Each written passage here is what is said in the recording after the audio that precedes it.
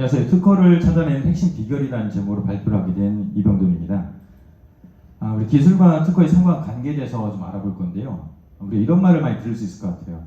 괜찮은 기술이라면 특허가 있어야 할 것 같은데 왜 없지? 라는 궁금한 생각을 해봤던 적이 있었던 것 같아요. 그리고 또 특허가 있다는데 나름 괜찮은 기술이라는 건가? 이런 의문점을 가질 때도 있었고, 또 이런 말도 들었겠죠. 아직 특허는 없지만 기술이 괜찮다는데 이걸 믿어야 돼, 말아야 돼.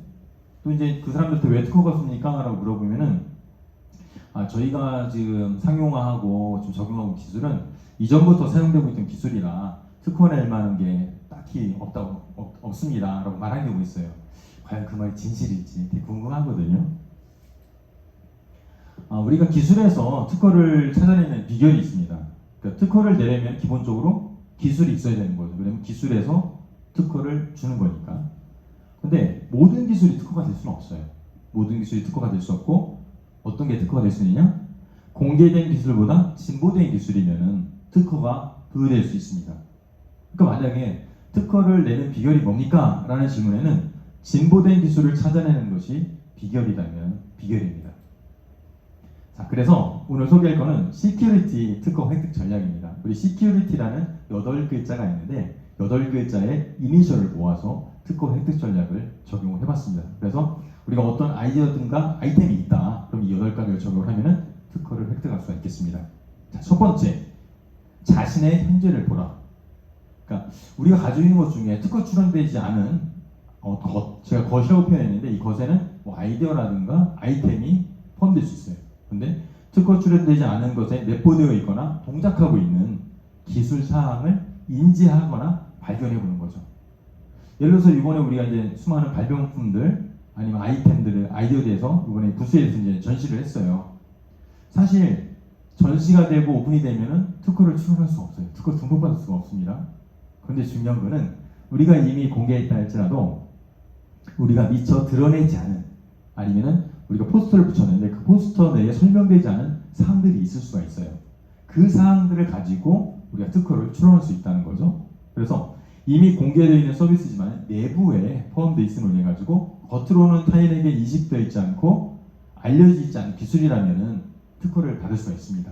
그러니까 내가 이미 우리 서비스 출시를 했는데 그렇지만은 내부에 감춰져 가지고 아직 외부 사람들 모르는 기술이 있다면 그거는 특허 출원의 대상이 됩니다. 그래서 우리가 할 일은 이미 우리가 오픈이 됐다. 그러면은 세부적인 기술이 더 공개되고 알려지기 전에 그것을 찾아내는 것이 상당히 필요합니다. 두 번째는 자신의 특별함을 조사하는 거예요. 여러분 제가 이그제민이라는 단어를 썼는데 우리가 이제 앞에 내가 가지고 있는 기술을 찾아봤어요. 공개되지 않은 기술. 그러면은 그 찾아낸 기술 사항들이 남들도 그렇게 하는 건지 아니면은 남다른 건지를 조사를 하는 거예요. 우리 가진 서비스에 적용된 기술 보니까 5가지가 있었어. 근데 첫 번째 기술 보니까 남들도 이렇게 물어보니까 남들도 그렇게 해. 이거는 특허 출원에도 가능성이 별로 없는 거예요. 근데 두 번째도 그렇고 세 번째도 네 번째도 그랬어요. 5번째 보니까 5번째 요소는 남들 그렇게 안 하는 것 같아. 우리만 그렇게 하는 것 같아. 그러면 여기서 우리가 특허 등록을 받을 수 있는 상당히 결정적인 요소가 될 수 있습니다. 그래서 구체적으로는 남들과 뭐가 달라요? 라는 질문에 대해서 계속 대답을 요구하면서 조사하는 거예요. 어떤 얘기를 한다면은 그래요? 그럼 그 기술은 남들과 뭐가 다르죠? 남들과 별로 다를 게 없는데 그러면 우리 남들과 다르게 한다면 어떤 조건이 필요할까요? 물어보는 거예요. 그럼 질문을 받은 사람은 대답을 하기 마련이죠. 거기에서 뭔가 나올 수 있습니다. 그래서 이러한 조사 과정을 통해서 남은 기술 사항들을 별도로 정리를 하는 거예요. 그게 이제 우리가 특허 출원할 수 있는 대상이 되는 겁니다. 세 번째는 자신의 스토리를 구성하는 거예요.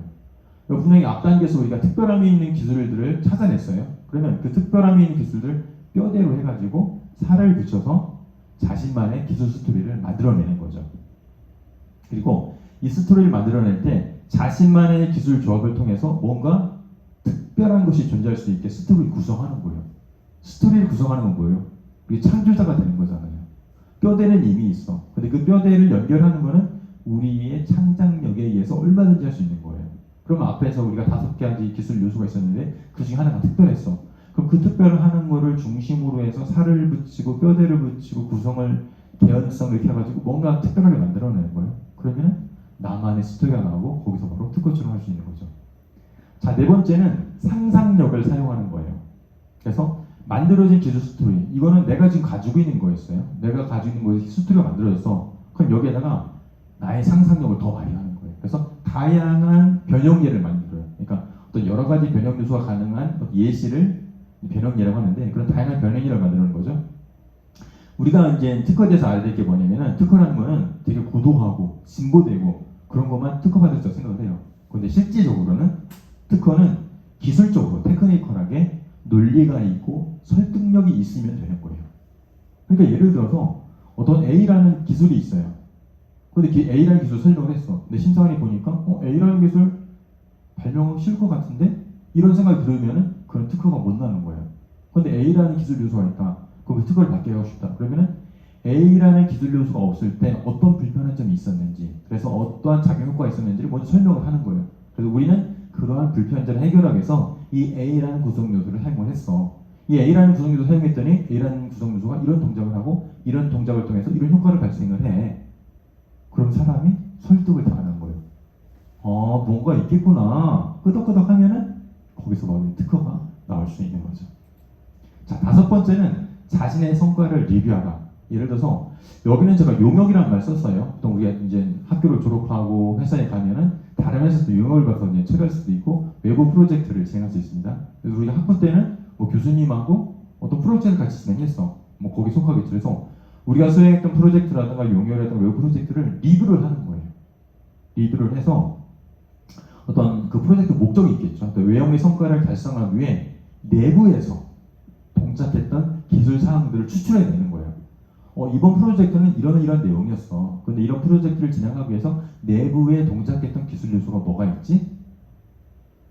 내부에 있는 것들은 프로젝트 보고할 때도 설명이 안 되는 게 되게 많아요. 그러면 안에 들어있던 기술 요소가 뭔지를 찾아보는 거죠. 그래서 그 기술 사항들을 추출해내는 겁니다.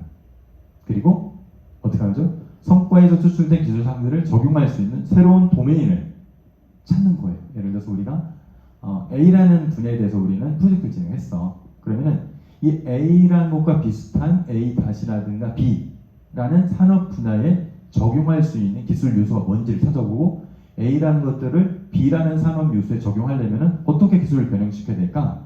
이렇게 찾아보는 거예요. 그래서 이런 변형시켜가면서 적용 가능한 도메인들을 제한 없이 증대를 시키는 거죠. 그러면 내가 프로젝트를 수행한 건 한 가지 분야였어요. 근데 이렇게 증대를 시키다 보면은 10가지 분야, 20가지 분야가 나올 수 있는 거죠. 그만큼 특허 건수가 많아질 수 있는 거예요. 자, 처음에 우리가 프로젝트를 진행할 때는 이거를 내 성과물로 얘기하기가 어려웠어요. 근데 이렇게 증대를 시키면 그때부터는 이건 내 기술이에요 라고 표면적으로 내세울 수 있는 단계가 되는 거죠. 근데 여기서 주의해야 될 게, 만약에 A라는 거에서 이제 B라는 도메인으로 우리가 적용을 했잖아요. 그런데 A라는 곳에 사용되는 기술을 B라는 곳에 적용하기가 그게 쉬운 건 아니야. 왜냐면은 해당 도메인에 적용했을 때 이렇게 적용하기 쉽지 않고 이렇게 구현하는데 나름의 어떤 기술적 곤란성이 존재한다. 그런데 우리는 이러한 기술을 통해서 그 기술적 곤란성을 해결했어 라는 나름의 논거를 가지고 있어야 돼요. 그래서 심사관도 마찬가지죠. A라는 곳에서 쓰인 것들은 B라는 곳에 쓰는 것은 당연하고 쉬운 거 아니야? 라고 생각을 할 수 있어요. 그런데 우리 이런 설명을 하는 거죠. A라는 걸 쓰는 걸 B라는 걸 쓰려면 이런 동작을 해야 되는데 그렇게 하면 B에서는 동작을 안 해요. 이런 문제점이 있는 거죠. 그래서 우리는 C라는 구성 요소를 통해서 B라는 곳에 동작할 수 있게 했습니다.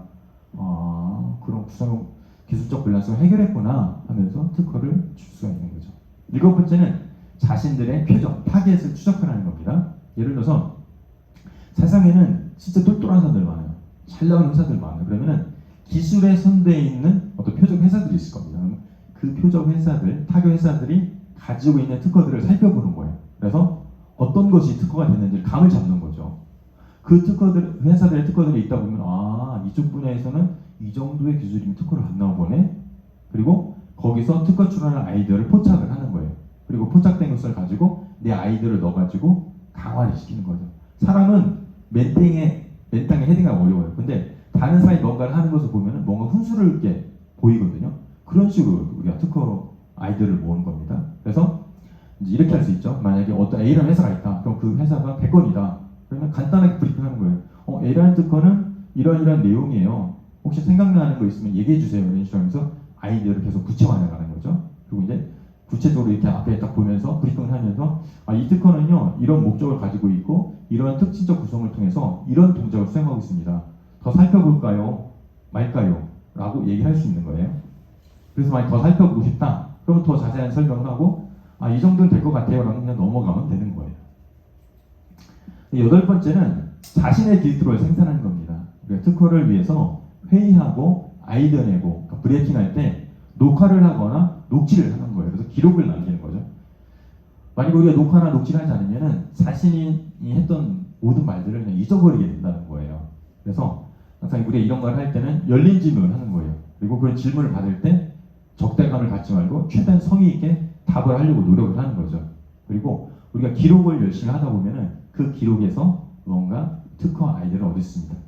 오늘 제가 말씀드린 8가지를 잘 하신다면은 분명히 좋은 아이디어를 만들어낼 수 있고 우리가 출품했던 것들에 대해서 특허를 낼 수 있는 아이디어와 구체적인 방안을 찾을 수 있을 걸 바랍니다. 자, 수고 많으셨습니다. 감사합니다.